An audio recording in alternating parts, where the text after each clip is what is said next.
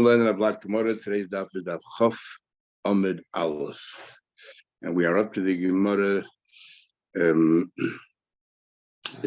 two dots right in the middle of the page. So we introduced the idea that you can write a get not only on something that has very little value, but even on something which is asa b'hana. Gufa. Let's analyze what you just said. Sholchu metam. They sent from there that kosvu al yisuri hana. If they wrote a get on something which is forbidden to have any benefit from, kosher, it is kosher. Amar Rav said, it's a clear Mishnah. Didn't we learn al ha'olah shel zayis? Learn the Mishnah, you can have something with practically nil value, a leaf of an olive. So what's the difference of an olive leaf or something which is forbidden to have any benefit from? Says the Gemara, no. Dilma shiny olah shel zayis, the leaf of an olive is different. The chazit tzuruf, it has very little value.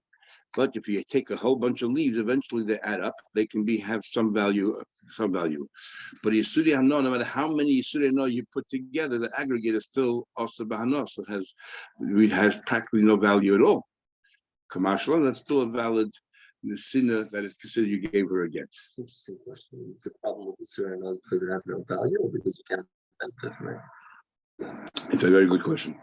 L'chatchila says later on, l'chatchila, you cannot write a get on something just enough because you are having benefit. What's the benefit? Because otherwise you would have to buy a piece of paper or a parchment, and that would cost money. So you save yourself that money. So there is a benefit over there, but that is not a direct benefit. So l'chatchila, you're not allowed to do it. So we're talking about if you did happen to write on Yisuri Hana, it is kosher. The truth of the matter is, Yisuri Hana, there's a big argument in the poskim, the Rit from the Ravid and Sukkah. Many Rishonim involved, Rashi and Psochim involved Beis and Sukkah also Lamed Hey, whether Yisuri Hana belongs to you, just you can't have any benefit from it, or it doesn't even belong to you. There's no owner anymore. As the Ran and the Rajban that Pehei in the Dor clearly say that Yisuri Hana does not belong to you, and they say therefore if somebody, the Ravid spells out, if somebody takes it from you, they're not a ganef. If on Pesach somebody walks in and takes all your whiskey, if you didn't sell it, they're not a ganef. So the question is, if you gave a get in Yisuri Hana, forget about the value. It's not yours, and it has been lost, and you have to give it. So does it mean that really it has to be yours, or just that it shouldn't be somebody else's? Tanya Rebbe said, kosher. Rebbe said that if you wrote on Yisuri Hana, it is kosher. Nafak Levi went out. Dorsha mashmei Rebbe. He went and told everybody the name of Rebbe. You can write, it's a big chiddush. You can use Yisuri Hana and write on it. Well, let Kol say nobody praised him, but mashmei Rebbe. He went out another time. He said this time instead of saying the name of Rebbe, he just said anonymous. This is the law, and Kosu, and they praised him. Alma, the fact that Levi went out and did it again, and he wanted people to accept this. The halacha like him. From the wording Rashi comes out that this will be one of the bases for the famous din of Ram in Kuf Lamed Vav Shulchan Aruch, where he says that if you say halach, you're convinced the halacha is so and so, but nobody would believe you because who are you? You're allowed to be toilet be'ilim gadol. You're allowed to make up that someone else said it. I said Moshe said this. Moshe never said it, but I said Moshe said it because you are convinced this is the halacha, but for whatever reason, people are not going to listen to you. So therefore, you say someone else's name. And the way from Rashi's wording, it seemed like Rebbe was the only one who that Levi heard it from, but they weren't listening. So he said, because he was convinced that's the halacha. He went out there and said the name of everybody. So I learned because it says in the post, it says the cost of sefer cases of the son, you give it to her. Cost of writing. The cost of you write the loichaka, but not if you engrave. Remember, so it comes from here. The chakika lav ksivi, that graving is not considered writing. So then there's a question. What I mean, it says we learned the Braisa. Eved sheyotze b'ksav shagavi tablo of Eved went free with a engraved writing on a board. So therefore, this is a chakika.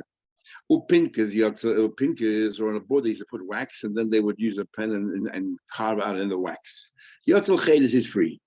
But if his star shicher is written like the kippah on the hat that they used to wear, like under the head cover, the women under the head cover had a little hat that they used to wear underneath it. Or on dutre, some other kind of a tachsha they used to wear. The idea was when they used to embroider it, if they put words on it, It didn't actually embroider the entire word on this let's say cap. What they did was they used the first stitch of the first beginning of the letter, and then the top of the letter they make another stitch, and then it would just stretch out the material, and you could see the letters, but the entire letter wasn't really stitched. Therefore, it's not considered writing. But what does he clear from here? That Chakika is writing by the Evid in the Tabla. Omar Ullus are the following. Omar Evelazar, Loikash. These are words we find by writing in Sefer Torah as well. Chok teiches means, how did you form the word, the letters? Let's say the letter mem. You made a hole in the middle, you carved out the wood in the middle, so a wooden tablet. You carved out the wood in the middle, and then you carved out all around, and suddenly the mem appeared. So the mem was always there. You didn't do anything with the mem. You just the surroundings and the inner. That's not writing. But that's called chok teiches. You etched out, you graved the teiches the inside. Chok teiches is the legs of it. That means the other way around. You depressed the letter itself. So the letter now forms. You made the letter, you create the letter. Everything else remains the same. So chok teiches is considered writing. Chok teiches is not considered writing. So you tell me turn writing, but I mean, that's the question we learned. By the tzitz. The writing did not sink in. Now the boilet was actually sticking out, and the only way you boil it is that you carve around it. And yet, but since it says that you have to write, and look how they wrote. Is this is chok teiches. So what answers like by golden coins is to be boiled. It was protruding. But in of teiches, how do you make golden coins? The forms on the golden coin, you grave all around it, and it protrudes. So when it says Din Rizov like Kidin Rizov. From one aspect it was like Din Rizov, one aspect wasn't. Kidin Rizov, the boilet that was protruding. But like Kidin Rizov, Ilahasam over there, how was it formed? By teiches, by carving out the middle and then going all around. Because the tzit is very, very thin. They went on the other, more explained later, they went on the other side, the back, and they pushed it and they pushed it out. So let's say they have a mold on a coin that would have a mold. And the mold, let's say whatever picture they want to put on it, and they will press the coin. They will press the coin. And when they press the coin, they would bang the mold onto the coin. And it carved all around it. And but at the same time you carved around it, you were banging directly onto the mold, onto where the mold is going to form eventually. And the question is as follows. Michrit charitz, does it only, let's say, carve all around it? And therefore that's not considered writing. When it depresses, when it depresses all around it, what happens to, let's say, the gold in that coin? It gets pushed into the center, so the letter, or whatever the picture, let's say, the image that have there, sort of gets a little larger. So you retain the original gold, plus you add a little bit from the sides. How do we treat that? So the Gemara, that's considered from around, and it's not considered writing. Aisha asked a question, going back to the tit. I wasn't depressed. Ella boiler was protruding. Like golden coins. The east, I'll get that and tell me. Again, we still think that you do it from face on, head on. Michras chad is that when you do it, let's say you had the mold, kodesh lashem, with the words written on the tit. If it's the pressing all around it, or being a mitzvah by tit, you need writing and you don't have it. Again, Kedin is of like Kedin is of. Kedin is of the boiler is protruding. Kedin is of the lahasa megavoy. There you do it from directly onto the letters. Because it was so thin to go plate, they did it from the outside. Wait, sorry. Considered writing. Right backward, but you can't read. No, pushing the letters actually. But you're pushing the letters. You're actually working with the letters. You're working with the letters. So that's called writing. The problem with chok teiches is you're not touching the letter at all. It's just all around it, and then you make and you carve out the center. So this is in the luchas. The luchas were choros al luchas. They were engraved in the luchas. And yet it says in Torah no times I wrote on the luchas. So it must be done the same thing. It's called chok teiches. Yeah, according to the that's how you ended. Yeah. So the Gemara. Rabbi asked a question. What about Kosel get on Tashazov? What happens? He wrote her a get on a golden plate, and the Lama, like said, the following: he's kabli gittich, here's your back, and he's kabli ksua, so you can melt it down, and this is your ksua. Ma, what's it in? So I'm killing two birds with one stone. Now the problem here is, Okay, come a second. Since you spelled it out, the get was accepted, and she received her ksuva. So Gemara asks a question. He's kabli gita. Here's your get. Similar thing for the balance. In other words, the get took up part of that gold plate, and the rest of the gold plate, there was no words on it. He said, "Look, this is a get, and the rest that have no words on it is your ksuva. This kabbalah gita, the get is valid. Seems like time with dikashah. The only reason why it works there is because there's a section there that's used for the get. And the balance is payment for the ksuva.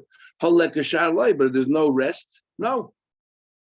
Sounds so. But your case, the get and the plate are one and the same. So you're learning wrong. Huadin, that this Bryce is not trying to tell you that if there's no shar, there is no ksuva. That's all he's trying to tell you. Huadin akab shar. Even if there's nothing left over, just the get and the golden plate are all one and the same. But the Hakamash will come to teach you the afagav the ikashar. Even if there's a balance, you don't automatically assume. Let's say I made on a golden plate, very expensive. The writing of the get that takes up only 25% of that. You don't automatically assume that the balance is the ksuva, even though it's clear that there's all this excess gold. If he spelled it out that this is your ksuva, payment for your ksuva, good, and he doesn't spell it out, even in the case of shars, no. My timer, avidim giltu. I can argue that this is what the space of the Megillah itself. I should try to understand. If you say to the woman, "This is your get, and this is your gold play, and this is your ksuva," then there's no get left. Because the moment she melts down the gold, she has no get left. So what's the logic in this? So the two approaches with the Rishonim. Some Rishonim say it's as if she's moichel the ksuva. This is her get, and when she says, "Okay, I accept my ksuva," it's as if she was moichel. And the other Rishonim hold as if he paid it. This is the payment. I might not come in if this is payment or moichel. What happens if this plate is not for the full value of the ksuva? The ksuva is $10,000, and the plate is worth $5,000. Do you still have to owe the rest of the balance? If you learn that she's moichel the ksuva, that's it. It's over. If you learn that this is a form of payment, so you got to work out: is there still a remainder or not? You owe. Okay. Says the Gemara further. What we learned. What happens? He says, "Here's you get, but the paper is mine." Because he didn't give her anything. He didn't give because the paper is yours. He didn't give her anything. As Rashi expression is, it's like the letters are flying. The letters are flying by the letters have nowhere to be settled in. What happens?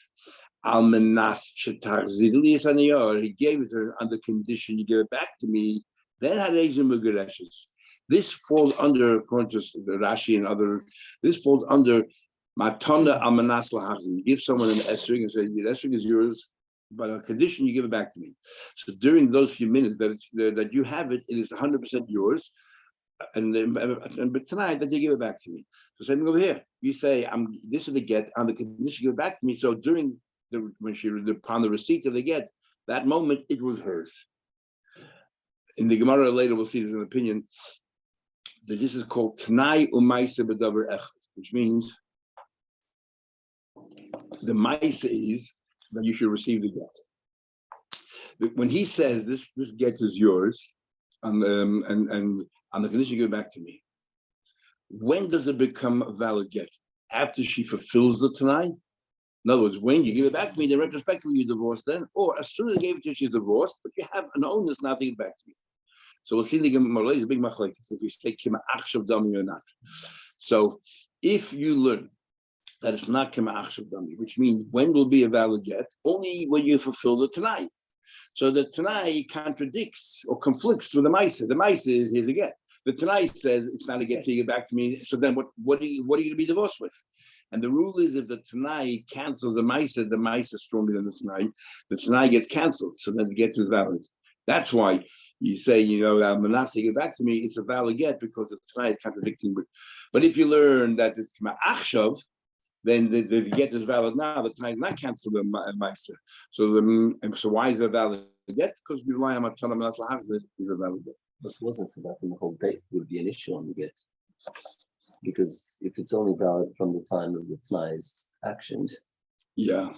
She has to do to make sure it's right away. It's more part of the process. It's by the Papa. The Papa asks the questions, which usually would be assigned to Rabbi if this is a Papa. What about Ben Shita Lishita? He says to her that the get is yours, but all the margins between the lines are mine. Or Ben Teva Teva, between one word and the next word, all the margins are mine. What happens then? Says the Gemara, the problem with that is what's your question? We know that you can only have one scroll. Here, if all the margins between the lines are the husbands, so every line is 12 lines. It's like 12 different documents here. So how can you, what's your shayla? Says the Gemara, we're talking about the Ma'uda. Big machek, what that means.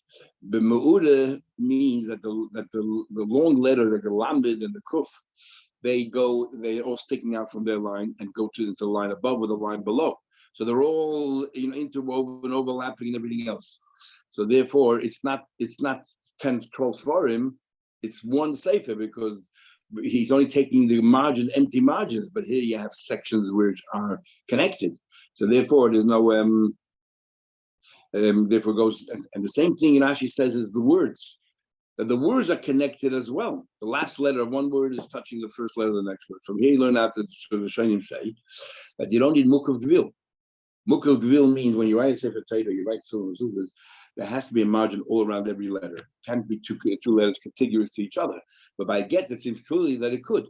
Other Shainim say it's not pshat at all. They say not that the lamed, for example, the head of the lamed is touching the letter above. It's inside, for example, there's a ches right above it. It's inside the gap, inside the space of the ches, but it's not touching the ches. But because it's in the ches, you're not going to margins are only in between, not inside the letters. So there's a big machlekes here regarding that. Let's say everyone knew that this Ebed belonged to the husband. We get Kosva Yodeh. Suddenly they get written on his hand. And then she's the one who produces this Ebed. Is that enough evidence that the husband sent her the get? The husband's denying it, obviously, or he's not around. So we automatically assume if the husband's Ebed is not by her, and that means that, and he has a get in his hand, that tells us that the husband gave her the Ebed and the get. The husband gave her the Eved. That's the only way she could be kind of. She has to have ownership of the get. She has to have ownership of the Eved. The Eved is wandering in alone. Even though the husband wrote the get, doesn't automatically mean that she's lost. The Rebbe said, forget about your question. It's a ksav sheyochel daifu. Written on the hand, it can be erased. That's not a valid get. You learned before the Mishnah has to be permanent writing. So the Gemara said, well, the Mishnah clearly says you can give it on the hand of an Eved. So Rabbi says, maybe our Mishnah is talking about that we're not following what Meir says that it's the get itself, it's the Eidim Masira, and therefore the Eidim Masira they read the get, and they and that's enough. According to Rambam Chama, is a problem. Is a problem because Gemara says Rambam Chama is not a problem at all. Why not? So I'm going to go to Rabbi Lezer. Rambam Chama is asking a general question that we see in that all could be erased. So what's going on there?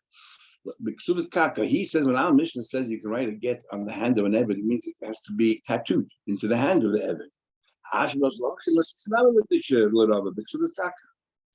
Okay, we digress. But Mahavila, bottom line, she now has the evidence. Is that sufficient evidence that the husband gave her the evidence for keeping, and therefore she's divorced? Toshma coming in, with that rule. We have generally a chazak. If something is in your possession is 9/10 of the law, and you're a muhzik. But when it comes to animals that wander about and pasture out there, they graze in the mountains, and something that by you, that's no proof. If you have animals that wandered about, came into your property, the fact that it's by you does not prove at all that they're yours because they wander about, unless it's been there for 3 years. But the fact that it's there right now proves nothing. So the same thing by Eved. Since an Eved wanders about, he could have wandered right into your place. The fact that you have it doesn't prove yet to us that this was a proper get. So the Gemara,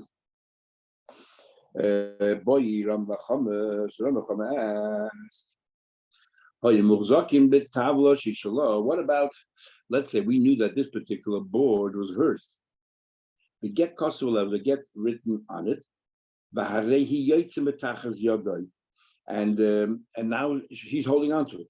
Mao, what's the problem? She said, the board is hers, and the get on. What's the problem? The problem is there has to be his.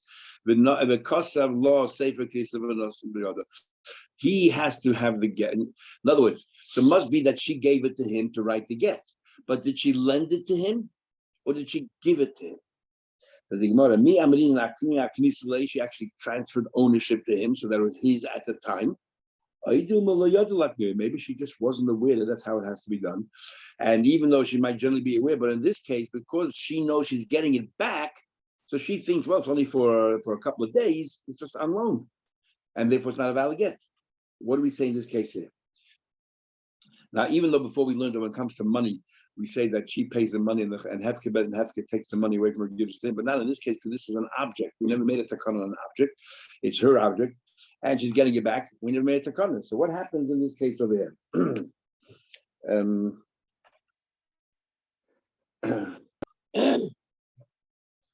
Touch by coming in.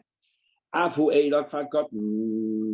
Masechta Idiots, which is a bunch of testimonies from Tanaim. And one of the testimonies from the Tanaim is that people above said, Al Kfar Katan was a small village, right beside Yerushalayim, it was like right next to Yerushalayim, adjacent to Yerushalayim. But Zokinech was an elderly gentleman. Well, Yamal B'Lechoben Ekfar, he was a real gentleman, and he helped adopt everybody in the village. He lent money, anybody need a loan to investment, start a business, or whatever the case may be, he was there, always ready to lend to them. The Koisa B'Ksav Yodin, he would write. I mean, he was a vice, he knew how to learn. He was a scholar. They were all Amaratzim, so he would write all the studies when there's a loan and there's a lien on the properties. It has to be a contract. So he would write it. He would get other people to sign it. What's the problem over here? The problem over here is the loiva is considered a seller because the loiva is giving him a lien over their properties, and the loiva is giving him a lien over their properties. That's called like a sefer makna. And the din is that the shtar has to be written by the Sefer Makna. But it was the malva, the lender, who was the recipient, the beneficiary of the shtar, who was writing all the things. So obviously he gave ownership of the documents to the borrowers. So we see from here that what we automatically assume that you did the right thing and you gave them ownership of the documents so that they wrote it correctly and legally, and then they gave it back to you. It's included in the loan was the establishment fee. Yeah, okay, but you have to say this is a shtar makna. So there's a whole discussion here because l'chayda, when it comes to a loan, is that really a shtar makna? It comes to a loan, it's automatic. Why is there a lien on the property? Not because of the shtar. The lien on the property is because I borrowed $100. So and that borrowing is a shibud on my goof and a shibud on my nechasim. So that's why the property is encumbered now to this particular loan. The shtar is merely a raya so that the lekuchas cannot have an excuse. I didn't know that there's a lien on these properties. It's a shtar. So what are we talking about here? So Teichen Differ wants to say that because he was so nice to them and he lent everybody money, there's no question that when there ever a house came up for sale or a property, they would go to him first. He had first right of refusal as a favor to reciprocate, his generosity. And those stars are what we're talking about.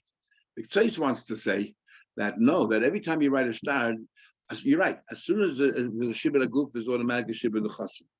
But then when you write in a shtar, you're upping the ante, and you're doing a double shibud nechasim because now you have a shtar as well, and that's what we're talking about here. So the Gemara now the Bamai, but being a sefer makna like any sefer makna, and every borrower was a sefer makna, and there doesn't exist.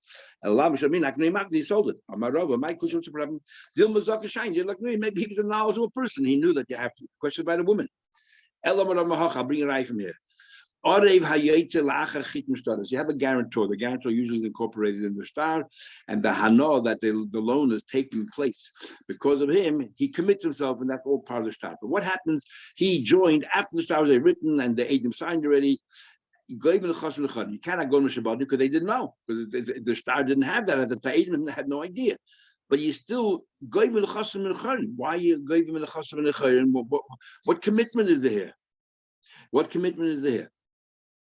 So therefore, so we see that the order after the Zman is also considered a commitment. And not only that, the shtar now belongs to the Malva. When he wrote down his thing, he is selling himself. So the Malva had to sell him back, give him back the ownership of the star so that he can add whatever he wants to add. So we see that people know that when somebody wants to write in the star, you have to give them proper ownership. Says the Gemara, maybe men are different than women. Men are in business all the time. So therefore they always sell and buy and everything else. So therefore they know about contract laws of contract. The woman doesn't generally, she doesn't have the business in those days. So she wouldn't be aware of it. And the husband is not a robber or anything else, then tell her what she has to do. Elom Rabashi Mahachim here. Isha Kaiseva says Gittin says clearly that a woman can write her get. She can write the get for ish kaiseva. And what happened? The woman writes the get, and then she transfers ownership to her husband. The man writes the receipt, which is going to be, and then he transfers to her. And she ain't came a get el b'chaisvav. It's not a problem because the writing the get is not a problem. The main part of the get is when they with the sign. And and the transfer itself. So what does he clue from here? That the woman can write a get and give her. Now the Gemara before this mission, the Gemara before thought that this is talking about she wrote it on the parchment that belongs to the husband. But now we're saying no, she wrote it on her own parchment. And yet it's all right because definitely she knows that when she gives it to the husband to give it back to get, she knows that she has to transfer ownership to him. Okay, we'll stop here. See you tomorrow, Mr. Shem. Have a good day.